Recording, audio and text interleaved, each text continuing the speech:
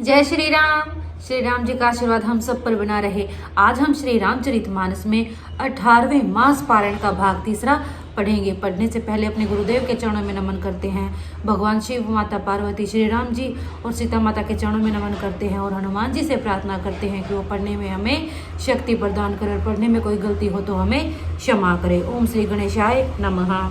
बार बार चरण कमलों को पकड़कर गुरु वशिष्ठ जी से मेरा संदेशा कहना कि वे वही उपदेश दें जिससे अवधपति पिताजी मेरा सोच न करें।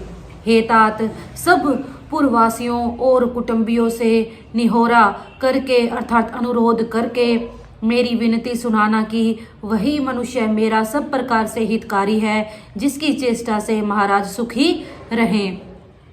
भरत के आने पर उनको मेरा संदेशा कहना कि राजा का पद पा जाने पर नीति न छोड़ देना, कर्म वचन और मन से प्रजा का पालन करना और सब माताओं को समान जानकर उनकी सेवा करना।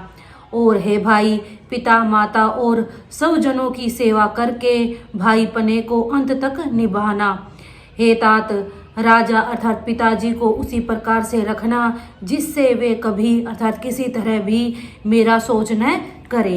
लक्ष्मण जी ने कुछ कठोर वचन कहे किंतु श्री राम जी ने उन्हें बरज कर फिर मुझसे अनुरोध किया और बार बार अपनी सौगंध दिलाई और कहा, हे तात, लक्ष्मण का लड़कपन वहां न कहना। प्रणाम कर सीता जी भी कुछ कहने लगी थी परंतु स्नेहवश वे शिथिल हो गई। उनकी वाणी रुक गई, नेत्रों में जल भर आया और शरीर रोमांच से व्याप्त हो गया। उसी समय श्री रामचंद्र जी का रुख पाकर केवट ने पार जाने के लिए नाव चला दी। इस प्रकार रघुवंश तिलक श्री रामचंद्र जी चल दिए और मैं छाती पर वज्र रखकर खड़ा खड़ा देखता रहा। मैं अपने क्लेश को कैसे कहूँ जो श्री राम जी का यह संदेशा लेकर जीता जी लौट आया। ऐसा कहकर मंत्री की वाणी रुक गई अर्थात वे चुप हो गए और वे हानि की ग्लानि और सोच के वश हो गए। सारथी सुमंत्र के वचन सुनते ही राजा पृथ्वी पर गिर पड़े। उनके हृदय में भयानक जलन होने लगी, वे तड़पने लगे। उनका मन भीषण मोह से व्याकुल हो गया, मानो मछली को मांझा व्याप गया हो। सब रानियां विलाप करके रो रही हैं। उस महान विपत्ति का कैसे वर्णन किया जाए। उस समय के विलाप को सुनकर दुख को भी दुख लगा और धीरज का भी धीरज भाग गया। राजा के रनिवास में रोने का शोर सुनकर अयोध्या में बड़ा भारी कोहराम मच गया। ऐसा जान पड़ता था मानो पक्षियों के विशाल वन में रात के समय कठोर वज्र गिरा हो। राजा के प्राण कंठ में आ गए, मानो मणि के बिना सांप व्याकुल हो गया हो। इंद्रियां सब बहुत ही विकल हो गई, मानो बिना जल के तालाब में कमलों का वन मुरझा गया हो। कौशल्या जी ने राजा को बहुत दुखी देखकर अपने हृदय में जान लिया कि अब सूर्य कुल का सूर्य अस्त हो चला।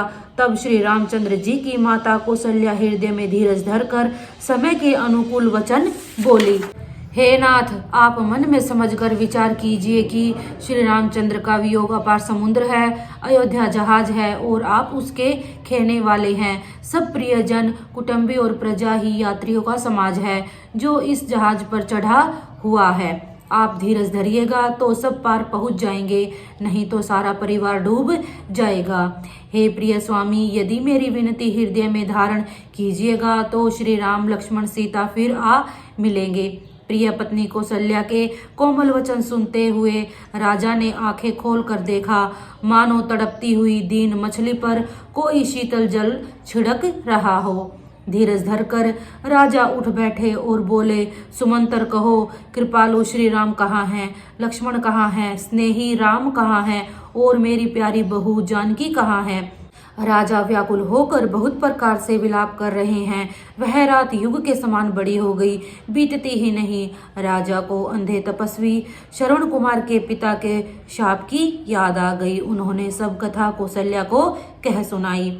उस इतिहास का वर्णन करते करते राजा व्याकुल हो गए और कहने लगे कि श्री राम के बिना जीने की आशा को धिक्कार है। मैं उस शरीर को रखकर क्या करूँगा जिसने मेरा प्रेम का प्रण नहीं निभाहा। हाँ, रघुकुल को आनंद देने वाले मेरे प्राण प्यारे राम, तुम्हारे बिना जीते हुए मुझे बहुत दिन बीत गए। हाँ जानकी, हाँ लक्ष्मण, हाँ रघुवर, हाँ पिता के चित रूपी चातक के हित करने वाले मेघ। राम राम कहकर फिर राम कहकर फिर राम राम कहकर और फिर राम कहकर राजा श्री राम के विरह में शरीर त्याग कर सुरलोक को सिधार गए। जिसका अपने प्रभु श्री राम जी के चरणों में अपार स्नेह हो, वो कैसे अपने प्रभु के बिना एक क्षण भी जीवित रह सकता है। ऐसी ही दशा राजा दशरथ जी की थी। उन्होंने भी श्री राम जी के वियोग में अपने प्राण त्याग दिए। आज हम 18वां मास पारायण यहीं तक पढ़ेंगे। जय श्री राम।